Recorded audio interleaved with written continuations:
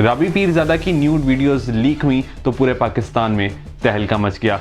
राबी पीरज़ादा की nude videos को लोगों ने इतना शेयर किया कि वो वीडियोस चंद घंटों में वायरल हो गई। राबी पीरज़ादा के ऊपर मीम्स बनना स्टार्ट हो गई, लोगों ने राबी पीरज़ादा को क्रिटिसाइज़ करना स्टार्ट कर दिया और राबी पीरज़ादा डिप्रेशन में चली गई। डिप्रेशन में जाने के बाद राबी पीरज़ादा ने ऐसी ट्वीट्स करना स्टार्ट कर दी कि I am sorry for being my self, और मैं अब शोबिस को खैरबाद कह रही हूँ, मैं अब शोबिस को छोड़ रही हूँ। राबी पीरज़ादा ने शोबिस को छोड़ दिया। देखिए, बात कुछ ऐसी है कि जितनी एक चीज़ प्राइवेट होती है, जितनी एक चीज़ पर्सनल होती है, उतनी ही वो यूनिवर्सल होती है। यानी जिस चीज़ को हम बहुत ज़्यादा छुपा के रखते हैं, यानी जिसे हम अपनी इनसिक्योरिटी समझ रहे होते हैं, वो इस दुनिया में बेशुमार लोगों की इनसिक्योरिटी होती है। एक आम आदमी भी इस तरह के एक्शंस कर रहा होता है, मगर उस आम आदमी के एक्शंस को इतना क्रिटिसाइज़ नहीं किया जाता, उस आम आदमी के एक्शंस को इतना डिस्कस नहीं किया जाता, क्योंकि वो एक आम आदमी होता है, क्योंकि वो लाइमलाइट में नहीं होता।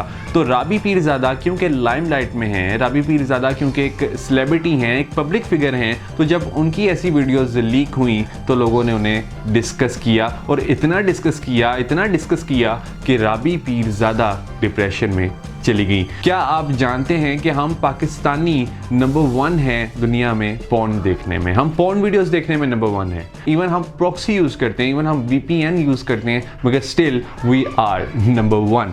हम किसी दूसरे को माफ़ करने के लिए तैयार नहीं होते। जब राबी पीरज़ादा माफ़ी मांग रही हैं, राबी पीरज़ादा ये ट्वीट कर रही हैं कि I am sorry for being my self, और मैं अल्लाह ताला से माफ़ी मांगती हूँ, अल्लाह ताला मेरे गुनाह माफ़ करे, हम फिर भी राबी पीरज़ादा को माफ़ करने के लिए तैयार नहीं हैं। हम एज अ सोसाइटी इस चीज़ के रिस्पॉन्सिबल हैं। हमने राबी पीरज़ादा को ये फील करवाया कि राबी पीरज़ादा अब वर्थलेस हैं, तो राबी पीरज़ादा को ये ट्वीट करना पड़ गया कि I am sorry for being my self. देखिए, एक शख्स किस तरह के ट्वीट्स कर रहा है और हम फिर भी उसे माफ़ करने के लिए तैयार नहीं हैं। हम कौन होते हैं कि किसी दूसरे को जज करें इस तरह? हम कौन होते हैं कि किसी दूसरे के एक्शंस को इस तरह जज करें, किसी दूसरे को इतना क्रिटिसाइज़ कर दें कि दूसरा डिप्रेशन में चला जाए? हम कंस्ट्रक्टिव क्रिटिसिज्म कर सकते हैं, क्योंकि हमारे पास डिस्ट्रक्टिव क्रिटिसिज्म करने का राइट नहीं है।